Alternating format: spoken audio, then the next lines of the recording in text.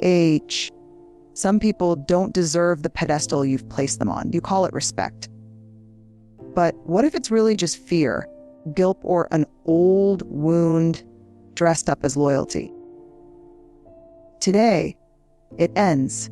This is your permission slip to stop bowing to people who never earned your honor. Why do we keep shrinking for people who never grew for us? Think about that for a moment.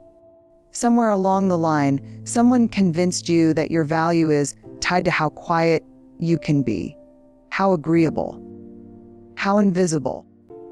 You started to believe that your worth could only be measured by how well you could keep the peace, even if that meant shattering yourself in the process.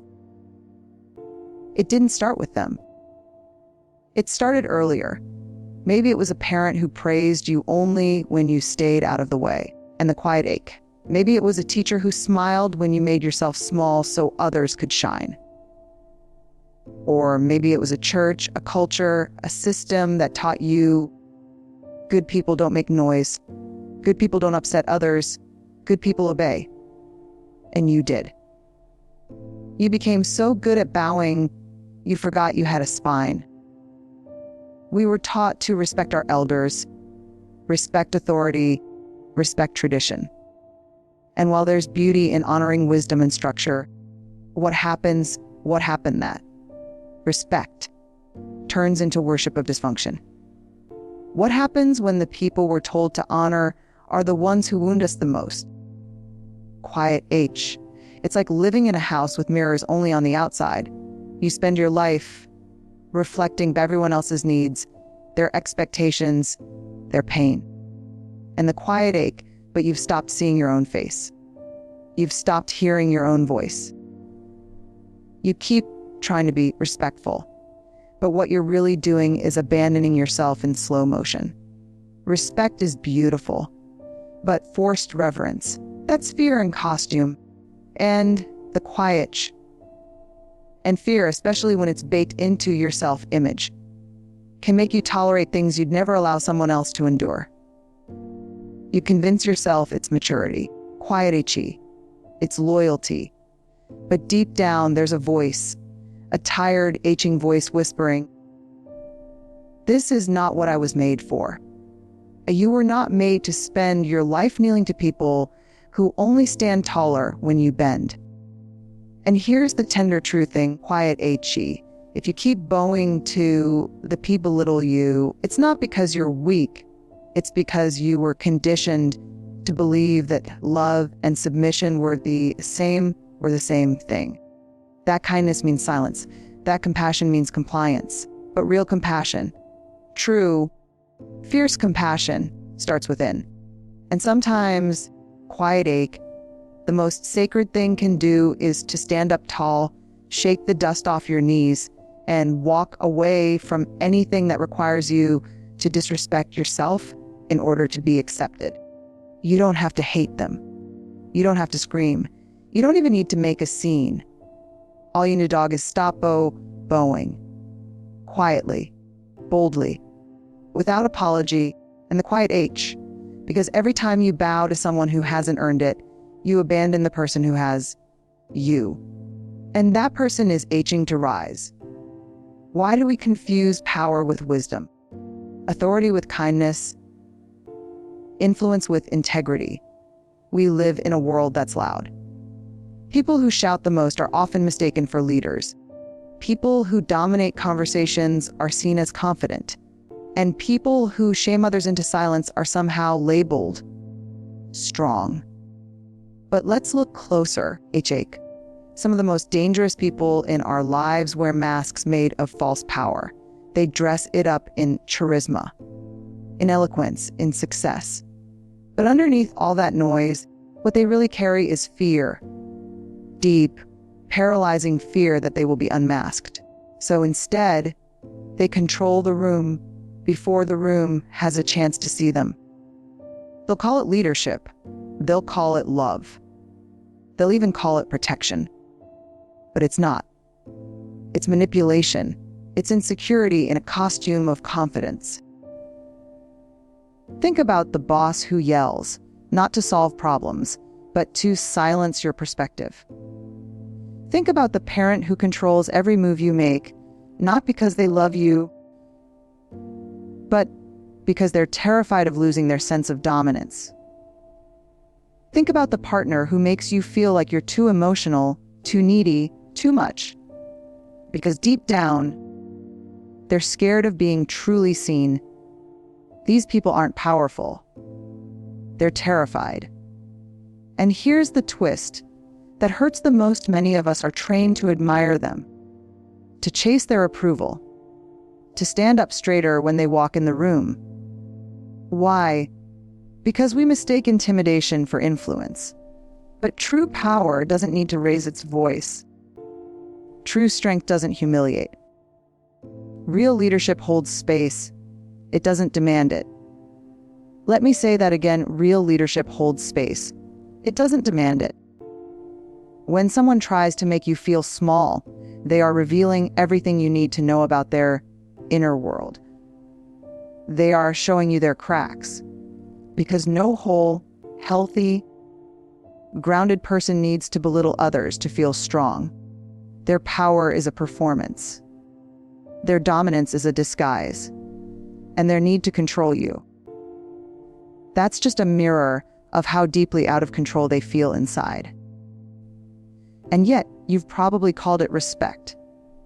You've probably told yourself, they're just intense, or they mean well. Maybe you've even thought, if I work harder, love better, try more, maybe they'll soften. But no amount of good behavior can heal someone who's committed to wearing their power as armor. Because here's the heartbreaking truth. You could sacrifice everything, your time, your boundaries, your peace, and it still won't be enough. Because they don't want your love. They want your submission. And you were never meant to live on your knees. You are not difficult for refusing to be controlled. You are not dramatic for asking for respect. You are not selfish for wanting to breathe in spaces that don't choke you. You are worthy of relationships where power is shared, not hoarded. Where your voice matters just as much as theirs. Where you're not constantly made to question your reality. So next time someone raises their voice, makes you feel small, or uses their title, their money, or their position to silence you, pause. Breathe. And remember, their power is not real. Their dominance is not truth. And you are not here to applaud the performance. You are here to see through the mask and walk away from anything that asks you to forget who you are. Do you ever wonder if your guilt is just grief that never got a proper name? Guilt is a quiet jailer. It doesn't scream, doesn't drag you by the hair. It whispers. It reasons. It plays back old memories like lullabies and asks, what if you're the one who gave up too soon? And before you know it, you're stuck. Chained not by truth, but by stories you've told yourself in the name of loyalty. So many of us keep respecting people, not because they're good to us now, but because they used to be. Once. Long ago. And that flicker of past warmth keeps you standing in a room that's grown cold. Maybe it's the parent who used to sing you to sleep, but now speaks to you only in shame. Maybe it's the friend who once held your hand in heartbreak, but now only shows up to take. Maybe it's the partner who in the beginning looked at you like you were made of light, but now acts like your light is too blinding. You feel guilty walking away, because love once lived there, because laughter echoed once, because you remember the good. And so you stay, convincing yourself that leaving now would erase all of that. But here's the truth. Grief often shows up wearing guilt's clothing. You're not wrong for feeling sad. You're not weak for mourning who they used to be. You're human. You're soft-hearted. And that's a beautiful thing. But holding on to a relationship simply because you miss the old version of someone, that's not love. That's a slow form of self-abandonment. You keep thinking, if I could just explain it right, maybe they'll hear me. Or worse, maybe I'm the problem. And so the guilt turns inward. You don't just feel bad for leaving. You start feeling bad for feeling at all. Let me tell you something tender and fiercey. Guilt is not the voice of your soul.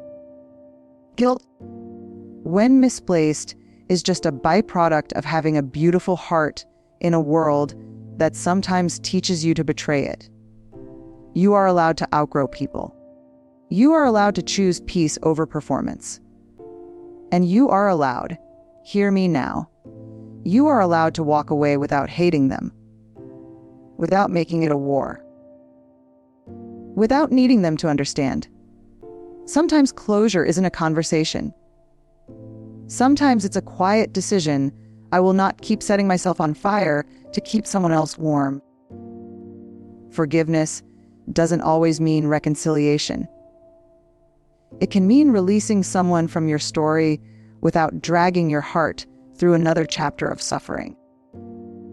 It can mean blessing them from afar and choosing yourself up close.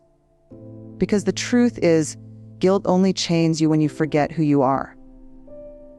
When you forget that your needs, your healing, your boundaries, they matter. They matter deeply. And it may not feel like it now, but the day you stop answering the call of guilt is the day you start hearing the voice of truth again. The voice that says you tried, you loved, you gave. And now it's time to let go, not out of bitterness, but out of reverence for yourself. Because the person you're becoming cannot thrive in a space where guilt is the glue. So let it fall apart. Let the guilt dissolve. Let the past be honored, but not worship. You are allowed to walk away with grief in your chest and hope in your bones. You don't have to carry the chains anymore. You're free now. What if the person you most need to honor is the one you've ignored the longest? What if the most sacred kind of respect isn't something you give to others, but something you return to yourself? Let's be honest. It's easy to get lost in the roles we play: the helper, the peacekeeper, the one who understands, the one who lets things slide. You wear these labels like armor, trying to stay kind, to stay loving, to stay good. But what happens when that kindness starts to cost you pieces of your dignity? Because here's the thing no one tells you. If your kindness requires you to betray yourself, it's not kindness anymore. It's self-abandonment. And that's not noble. It's soul-wounding. Self-respect is not about arrogance. It's not about walking around with your nose in the air, demanding praise or superiority. No, it's quieter than that. Deeper. It's looking in the mirror without flinching. It's hearing your own no and not feeling the need to apologize for it. It's waking up and realizing that your value was never tied to how much of yourself you could shrink to fit inside someone else's comfort zone. Self-respect is sacred because it's the soil where everything else grows. Boundaries, confidence, love, peace. And when you don't protect it, when you let others step on it in the name of loyalty or love, you begin to erode from the inside out. Think about how many times you've swallowed your truth just to keep the peace. How many times you've forgiven someone without an apology, just so you wouldn't lose the relationship. How often you've let someone's opinion weigh more than your own voice. That's not respect. That's survival. But you weren't born to survive other people's dysfunction. You were born to thrive in your truth. And here's the hard part: when you start respecting yourself, it will make some people uncomfortable. Because there are people in your life who only know how to relate to the version of you that needed their approval. The version that said yes when it wanted to scream no. The version that dimmed its light so others could shine. And when you stop being that version, when you start reclaiming your space, setting your boundaries, standing tall in your worth, you'll be labeled things. Cold, selfish, difficult. But those labels aren't about you. They're about the discomfort your growth triggers in people who were never committed to honoring you in the first place. Let them call you whatever they need to. You're not here to live according to their projections. You're here to protect your sacred ground and self-respect. That's your holy ground. It's the foundation you build your life on. Without it, you'll always feel unstable, constantly chasing validation, constantly questioning your instincts. But with it, you become unshakable. Not because life gets easier, but because you finally know who you are. You know what you will and will not allow. You know that love without respect is manipulation. That forgiveness without boundaries is exploitation. And that peace without truth is just silence with a prettier name. You know that you don't have to earn your worth. You only have to remember it. So today, let this be your sacred rebellion. Choose yourself. Not because others don't matter, but because you've spent too long acting like you don't. Choose your voice, even if it shakes. Choose your truth, even if it costs you company. Choose yourself, respect, especially when it feels like the loneliest road, because that road always leads home. To the you that never needed to beg for love. To the you that doesn't bend just to be seen. To the you that remembers now. You are sacred. You are worthy. You are not here to be chosen. You are here to choose you.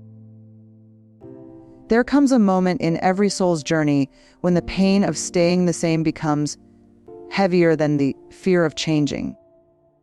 A moment when your heart whispers what your mind has been too afraid to say. I can't keep living like this. You feel it, don't you? That quiet ache at night. The tightening in your chest when you're around people who drain you. The resentment building where love used to live. You keep going through the motions, wearing a smile that doesn't quite reach your eyes, convincing yourself this is just life. Just what it means to be an adult. To be responsible, to be respectful. But something inside you is waking up. Maybe it started with a small moment. A sentence that lingered too long. A look that made you feel invisible. A memory that flashed through your mind and made you realize just how long it's been since you've felt safe. Since you've felt free. That, my friend, is the spark. The beginning of the end of your silence. The soul doesn't scream when it's dying, it sighs. And if you've been sighing more than you've been breathing, you're not living. You're coping. You're surviving in environments that were never meant to hold the fullness of who you are. Let this be your turning point.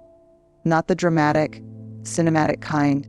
Not the rage-fueled eruption, but the holy kind. The quiet revolution that begins when you say, no more. No more confusing guilt for loyalty. No more bowing to people who confuse control with love. No more swallowing your truth just to keep the peace in rooms where your soul feels unsafe. You don't owe anyone the continued performance of a version of you that no longer exists.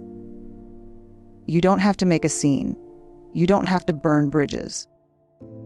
You don't even have to explain yourself. Growth doesn't always come with fireworks. It often comes with stillness. A calm, grounded decision. I choose me now? You will grieve.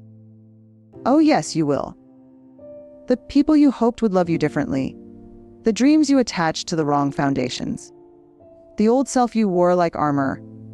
Obedient, polite, pleasing, palatable. But grief is not a punishment, it's a portal. And on the other side of that grief is a you that you've never fully met. The you who no longer needs permission to take up space. The you who doesn't fear her own voice. The you who blesses herself every time she chooses truth over comfort. The turning point is not just a moment. It's a reclaiming of your worth, your voice, your future. You have spent years giving people your power in exchange for crumbs of approval. You have tried to earn love by diminishing yourself. You have tolerated what your soul never agreed to. But the door is open now. The light is breaking through.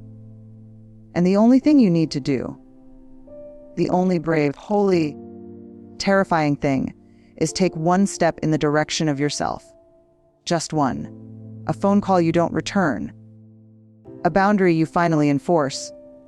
A truth you let rise to the surface, no longer buried under shame. Let this be your turning point. Not because someone else said so, not because the world gave you permission, but because your soul remembered. And that memory is sacred. You are not lost. You are returning. And there is no force stronger than a human being who finally decides they are worthy of their own love. If this message cracked something open in you, don't let it stop here. Like, subscribe, reflect, and most of all, start walking in the direction of your self-respect.